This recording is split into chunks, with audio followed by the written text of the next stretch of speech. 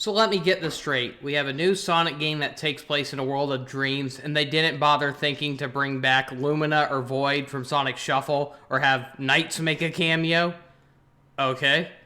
Hi, SpongicX here. For nearly 2 decades, I and many others have been begging Sega to make another 3D Sonic game that resembles the gameplay of Sonic Adventure, with additional playable characters who don't drastically alter the gameplay from Sonic's regular gameplay, and we've mostly suffered with shorter games with less playable characters, forced 2D side-scrolling, terrible controls, and less features than games from 1998 to 2001. But out of nowhere in late 2023, Sega unveiled a new Sonic game releasing on December 5th, 2023. The game was Sonic Dream Team, and it looked amazing. Finally, a pure 3D Sonic game with more unique-looking levels involving a dream world setting, 6 playable characters sharing the same gameplay, including Amy, Tails, Cream and Cheese, Knuckles, and Rouge the Bat. Everything looked perfect, until it was revealed to be an Apple exclusive. Why would Sega reveal a game many have been begging for and not release it for actual dedicated game consoles people already own? Also, it gives those who wanted it on Android a big middle finger. Sega clarified the game is not coming to other consoles, for Apple had a hand in producing the game, making it impossible to be ported to other consoles. Admittedly, I settled for an Apple TV, ordered one off eBay, and luckily I got a new model half off because eBay had some that were in damaged boxes, but they were quality checked, and so the device is still working, and so they cut the price because of that. So luckily the one I received was indeed working, and however, there's the addition of needing to get Apple Arcade, which is a $7 monthly subscription service, but the first month is free, so for right now I got the game for free. I basically just had to spend about $150 just to get the Apple TV, just to play the game. I can't even physically own the game, unfortunately, since it's part of a subscription service, and makes me pray that nothing bad ever happens to it, because I'd hate for this game to just get knocked out of existence. So now that the game has been out for a few days, what are my thoughts on Sonic Dream Team? Honestly, it's the most fun I've had with a Sonic game since Sonic Heroes, since 2004. So I really do think having it exclusive to Apple was a huge mistake, though. This feels more like a game that would have benefited from actual console hardware. Apple isn't really powerful when it comes to gaming hardware, and the game does feel a bit choppy at times. Just like other Apple apps, the game is prone to freezing, but luckily it only seems to have frozen during loading screens. It's only happened to me like 3 times during the game, and it never happens in the middle of levels, luckily, so I never lost any progress. This game would have been better off, at least as a Switch exclusive, in my opinion. It doesn't seem to have visuals or gameplay that would warrant a PlayStation or Xbox release, but it still deserved better than being stuck on Apple. The game plays similarly to Sonic's gameplay from the first Sonic Adventure, but with a bit of a collectathon gimmick to it. Not like Donkey Kong 64 levels of collectathon, more like Mario 64, but a little easier. So each level has 5 to 7 missions to complete, which give you a dream orb, and you need a certain number of them in order to move on to the next chapter of the story mode. The story involves Eggman trying to use a magical guardian named Arium. He's trying to use her dream powers to make his dreams a reality. He ends up kidnapping Cream to use as a sleeping vessel for his scheme to work. Sonic and pals barge in to rescue Cream. They fall for one of Eggman's traps and end up falling asleep, and end up getting stuck inside Eggman's dreams. So the game starts off briefly with Sonic in a tutorial level. The gameplay is very similar to Sonic Adventure. The main goal is to run through obstacle-filled levels, collect rings for health, and reach the end goal. There are 4 worlds in the game, so not a whole lot, unfortunately. Each one has about 3 acts in each world, and each act has 5 to 7 missions in them. And all of them are pretty short overall. And then also there's a boss stage in every single world at the end of each. It's a relatively short game, can be beaten in a little over an hour. Midway through World 3, though, you do unlock a new mode, which gives you online daily missions, giving players a reason to want to come back and keep playing it each day. Completing a mission gains you experience, which you can unlock character statues to view in an extras menu. The red star rings from Sonic Colors return. There are 5 in the first acts of each stage. Collecting all 5 in a stage gets you an extra dream orb. There are new items in the game resembling blue stone wheels. Collecting all 30 of these in the first missions of an act will get you a specific character statue.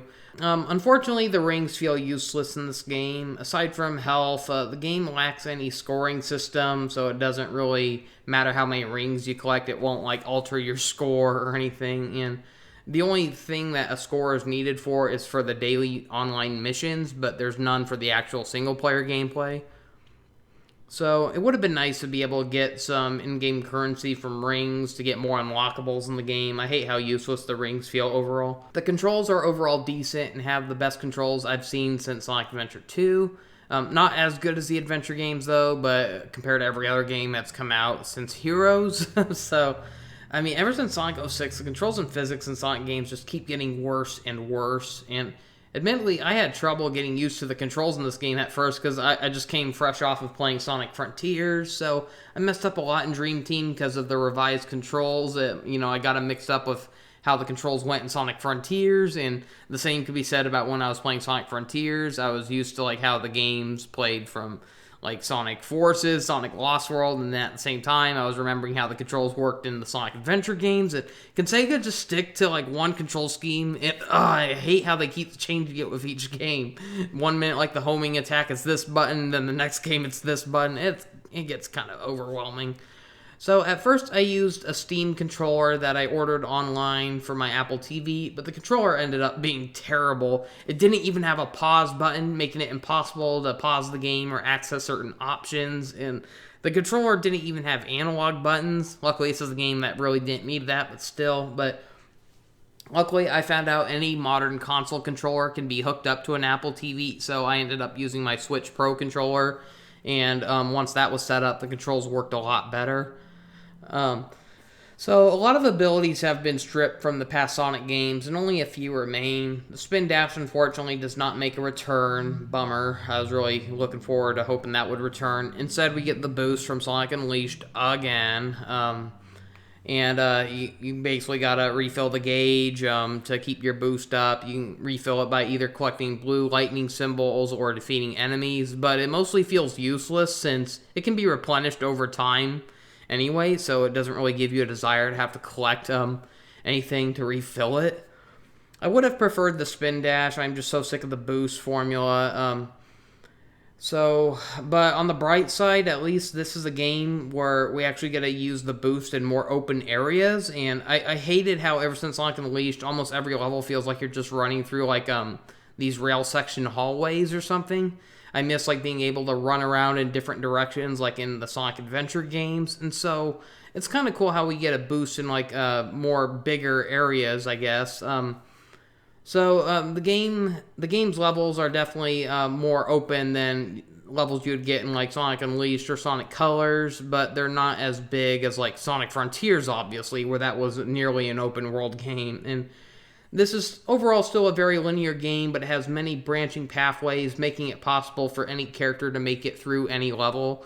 Despite how the boost returns, strafing buttons are surprisingly gone. It might have come in handy during a few boss fights where you gotta dash towards an enemy and dodge their attacks, but I'm just glad we no longer have the linear hallway gameplay like in Sonic Unleashed. So the stomp and bounce ability is gone, unfortunately, so you don't have any ground pound attacks. You don't have any physical attacks either. You can only attack enemies by jumping at them or using a homing attack. There's only like 2 buttons to use in this game. You got the A button to jump and the X button to boost. That is if you're using a Switch controller. So each character can use the homing attack by jumping and pressing X, but it only works if a target is present to lock onto, so you can't just use the homing attack anywhere. That's kind of unfortunate because some people just like to use the homing attack even when there's no enemies around. So it feels kind of weird when you try doing it and nothing happens.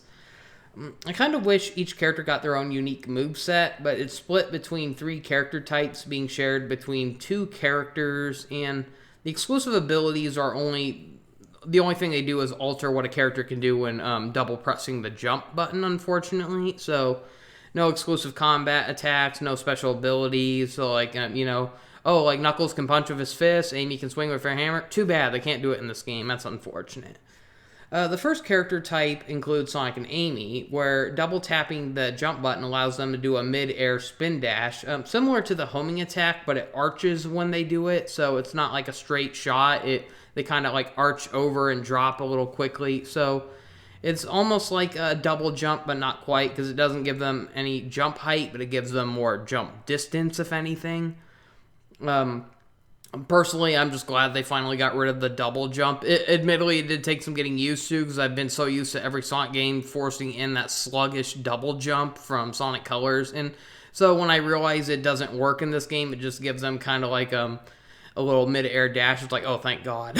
So unfortunately, you cannot lock onto enemies when using the jump dash ability, so you have to use the boost button in order to do a homing attack. So admittedly, Sonic and Amy don't have much to offer compared to the other characters. You could say they're definitely for those who want more of a challenge, because you're more likely going to break through the game if you fly as Tails and Cream or glide as Knuckles and Root. So Sonic and Amy are for more of the pure 3D platformists and those who don't want to cheat by flying around or anything. So they are the only characters who can use the light speed dash, though, which is necessary to find certain collectibles hidden in the game.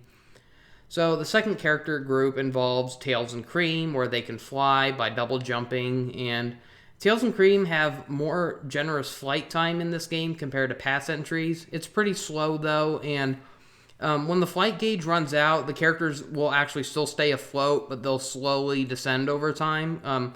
Now compare that to previous games where, like, when they get exhausted, they just drop fast. And so it's kind of cool how they have a longer lasting flight, but they had to sacrifice speed for them to have more time like that. So not good for those who want to speed through levels, but still pretty convenient for those who just want to fly around. I kind of wish it was a little faster, though. But so the final group involves Knuckles and Rouge, where double jumping allows them to glide through the air. They can even climb certain red walls. So yeah, they can't climb any wall. That sucks, but it's like typical in any modern Sonic game nowadays that they can't climb anywhere anymore.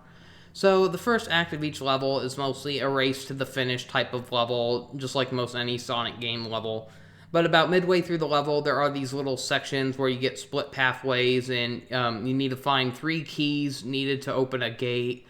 Luckily, the key hunting sections are pretty easy. They don't go on too long, and they're not frustrating at all, which, I remember so many of these treasure hunt or key hunting stages from, like, previous Sonic games, and I was expecting, oh god, this is going to get annoying, isn't it? It's going to be the Knuckles treasure hunt stages all over again, and luckily, they get over with really quickly, and they did not bother me this game, thank goodness. So, the game is overall on the easy side, but it's still fun. I kind of like how it's a game that focuses on being fun instead of furiously competitive and challenging and brutal. I felt like Sonic Frontiers and Sonic Superstars were just brutal in their difficulty at times, and it didn't make the game fun when the game felt impossible at times. And so I'm kind of glad to see a Sonic game that isn't afraid if it gets criticism that people are going to say it's too easy. As long as it's fun, that's what matters. And I had fun with this game despite how easy it was. So other missions include checkpoint races where you got to make it to the end of a stage without missing checkpoints. Usually missions like those in games can be really annoying, like especially in the Lego games, but they weren't that bad. Like, there were only a few levels where it's like, oh, I missed a checkpoint and had to start the whole level over, but even then it wasn't really bad. I was able to get it on the second try. So, yeah, I've seen much worse checkpoint race missions, and this game did them pretty well. There are character-exclusive missions where you have to make it through certain sections of the level while being restricted to a certain character's abilities, whether it's playing as Sonic and Amy, Tails and Cream, or Knuckles and Rouge. And then there are treasure hunt stages where you have to find 6 gems, and unlike the treasure hunt stages from Sonic Adventure, they aren't randomly generated, and they have like a beacon to let you know where to find them. And so, yeah, they were more fun and less time-consuming than the Knuckles and Rouge treasure hunt levels, which just dragged on forever. And so, yeah, I enjoyed these hunting stages a lot better compared to the previous games. And then the final challenges usually involve a time trial, and So the time trials, usually I hate time trials in video games because they're usually really brutal of how fast you have to beat them. And in this, they give you just enough time, or even if you mess up once, it still gives you enough time to try to make up for it instead of having to start over immediately just from one little mistake. So I like how, there were a few times where I did mess up more than once. It was usually because my thumb slipped on the controller or something, but that can be so frustrating. But even then, it's this is one game where even if I had to start over a whole level, it didn't infuriate me. So yeah, surprisingly, the time trials in this game weren't that bad. Usually I was able to make it just in time, no problem. So, yeah, I usually hate mission modes in Sonic games. I just found a lot of them too brutal, especially when they're ones that included a ranking system, and you had to get, an S rank on everything in order to get a certain exclusive unlockable or something. And I hated the ones from, Sonic and the Secret Rings and Sonic and the Black Knight. Those had some of the most annoying missions out of any Sonic game. But the missions in Dream Team are surprisingly easy and overall forgiving. Like I said, even if you mess up once, it can give you a chance to at least make up for it without losing too much time. It depends on the mission, though. Some of the last level missions are kind of ones where you got to beat them in one run. But overall, it's much more forgiving than past Sonic games.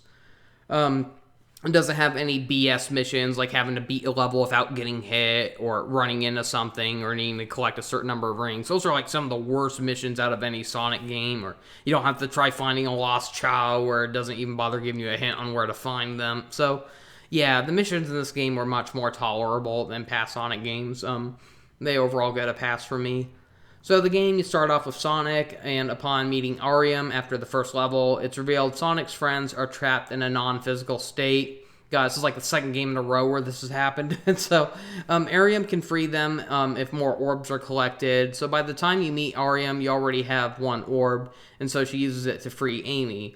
So as Sonic and Amy race through a beach-themed world, they have to fight a giant inflatable crab meat robot with an Eggman nose on it. It's a really silly design. So after that silly boss fight, Tails and Cream are rescued, and they go through a factory-like level with lava, and at the end, Tails or Cream have to fight Eggman's maintenance crew, and they eventually fuse into a giant fighting robot at one point, and I love the creativity for the boss fight, but I'd say that was probably the worst boss fight in the game. Not to say that it was bad, but compared to the others, it just pales in comparison. So I love how, depending on which character you play as, it alters the cutscene in the story a bit. And so, unfortunately, Sonic and Amy are the only characters who don't really get moments like this.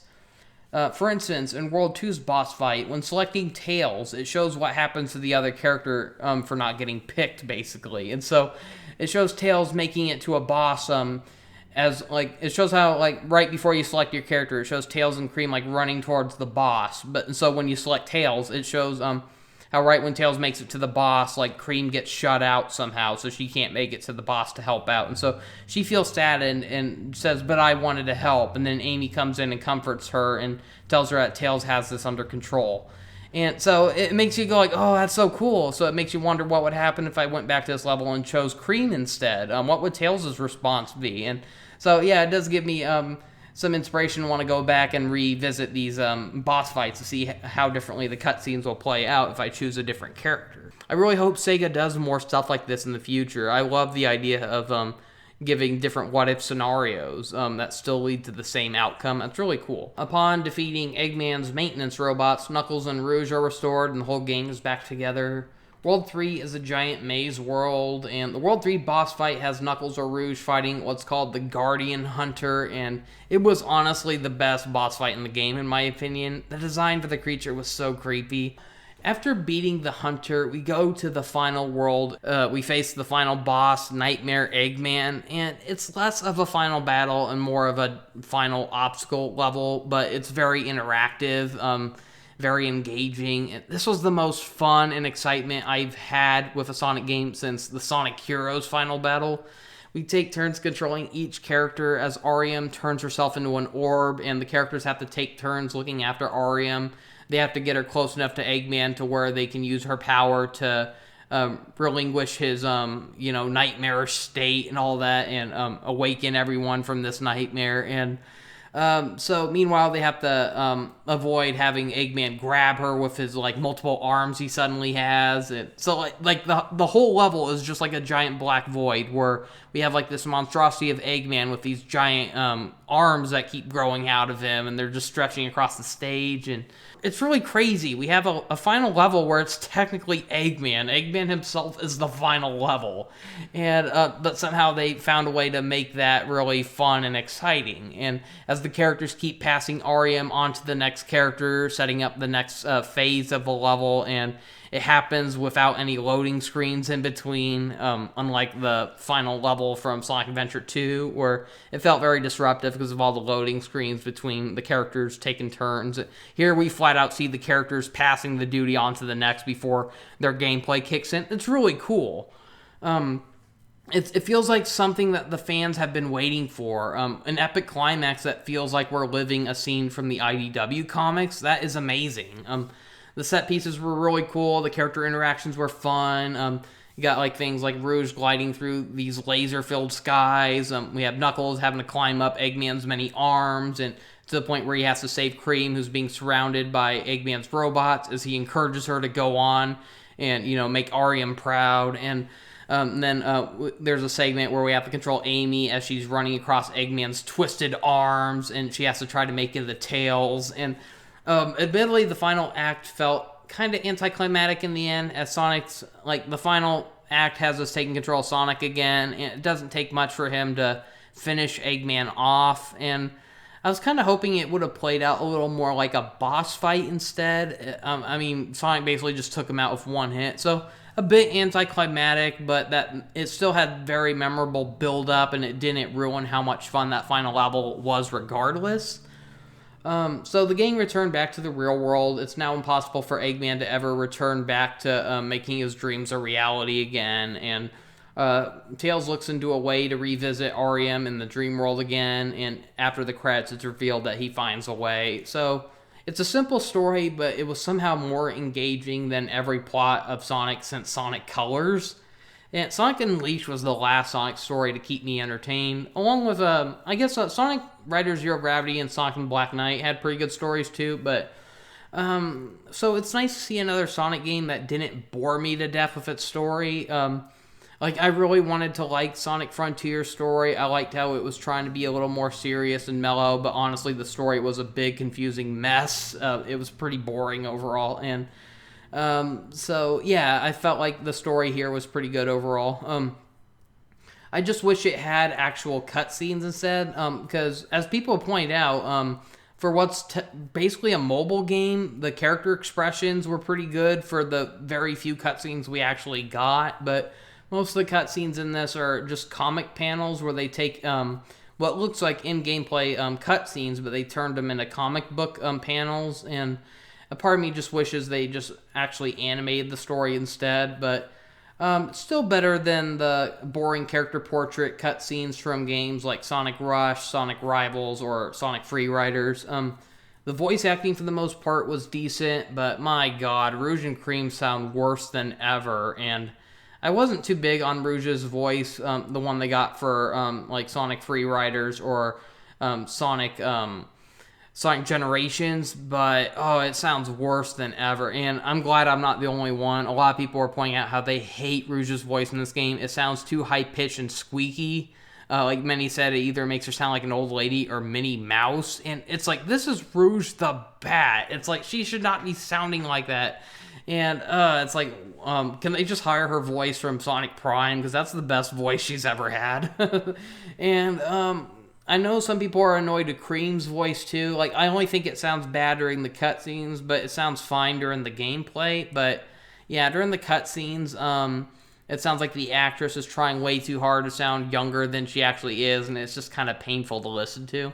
I mean, I thought Cream sounded fine in Sonic Generations. It's like, that's the only game where she actually had any lines of dialogue, and she was barely in it. And so, yeah, what was the point in Sega hiring all these voice actors? You know, like, they made a big deal about it back when Sonic Colors came out, how this is the new voice cast of Sonic going forward, and so it's been over 10 years already, and they've barely used any of these voice actors. It's like, the only ones who have been eating good are the voices for Sonic, Tails, Knuckles, Amy, and Eggman, and Tails and Knuckles have at least had like one voice change, voice replacement in between those times. But for the most part, they've had pretty consistent voice actors. And so, yeah, I don't know.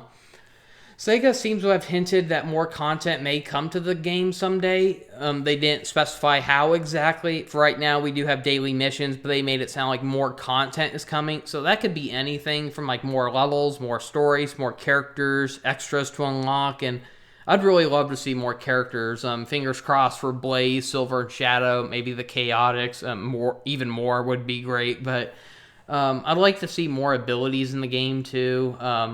Have it more than where, just a character has a certain ability just by what button you press with the A button or something. That's kind of stupid. But it would be neat to see the story expanded somehow. For instance, when I first saw the reveal of the character Ariam, I was expecting her to be a twist villain. I don't know. There's something about how she always has like a squinty looked eye in her game, and so it shocked me in the end how she turned out as pure as they were making her out to be. There was no ulterior motives with her. She was just a pure, guardian character looking out for others and wanting to keep, harmony in like the world of dreams and stuff like that.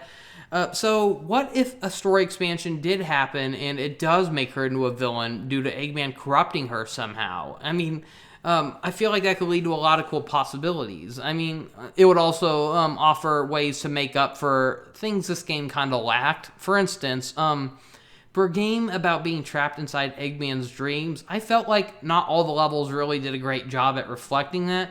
I mean, there were bits of pieces of it in there, especially during the final level. That one definitely kind of felt like something you would expect to be seen in like Eggman's dreams, but the levels were still more refreshing than the same rehashed levels we've been getting in previous Sonic games. It's like they tried doing stuff to make it look and feel a little differently, but it just didn't feel bizarre enough for what's supposed to be Eggman's dreams turned into a reality. And that we only got 4 worlds. I mean, yeah, there's like 3 acts in each world, but they all just kind of look like rearranged level layouts. It's like it uses the same textures, the same level structures. It just rearranges them. And so it feels like we just got 4 levels in the game instead of as many as it claims. And so I was expecting these levels to be like giant mechanical monstrosities marching around the background, giant air fleets, more oversized casinos and theme parks, and stuff that Eggman brags that he's gonna build in his empire, and we get none of that. And so instead we get like a beach filled with oversized balloons, a factory with lava, a hedge maze, and a checker patterned utopia with a giant golden Eggman statue. I mean, I just wanted to see more levels that really reflect the insanity that is Dr. Eggman. What he dreams the world should be under his vision. I mean, everyone pointed out how Sonic Forces is not what everyone expected when it comes to having a world being ruled by Eggman. So this game had the perfect opportunity, and it admittedly did do a better job in Sonic Forces, despite only having 4 levels, but I still felt like it could have done better. And for what's supposed to be Eggman's vision for world domination, it looks very bleak. Not at all as glorious as he claims his empire would be. So I want to see a sequel story or an expansion to this game where Eggman somehow possesses Ariam, has her under his control, and he's using her to create nightmarish dream worlds and have it where he's trying to trap everyone in it. And I want them to have a better job at capturing a vision of a world dominated by Eggman, but make it more nightmarish. Have Ariam be able to conjure up nightmarish robots and enemies, and have the characters have to team up to try to rescue and purify Ariam back to her senses. And there's a lot of possibilities with this game, and I hope to see Sega live up to it, whether it's in this game or in a different sequel on a different console. But gameplay-wise, this is the closest fans have gotten to a 3D platformer of the Sonic Advance games, and for we have many playable characters sharing the same levels and story. Something fans have been begging for a long time, and it just feels like the closest we've gotten to an official game resembling the fan game Sonic World as well, because once again, this is a 3D platformer inspired by the adventure games with many playable characters going through the same levels, having the same missions, but using their own abilities to get through it. And so, it definitely performs better than Sonic World, but admittedly, Sonic World has more going on when it comes to what the characters can do and the level variety. So it's like, hopefully Sega can make a game that can kind of reflect that. But for right now, this is the closest they've done to making Sonic World an official reality, and that's pretty cool. So it's honestly the best Sonic game I've played in a long time. And sorry, Sonic Frontiers, you came close, but the gameplay was just too wonky and frustrating to be considered a great and flawless game. But the music and Titan boss fights were pretty good. I will give it that. But the levels were just way too big and empty feeling. They just didn't capture my attention.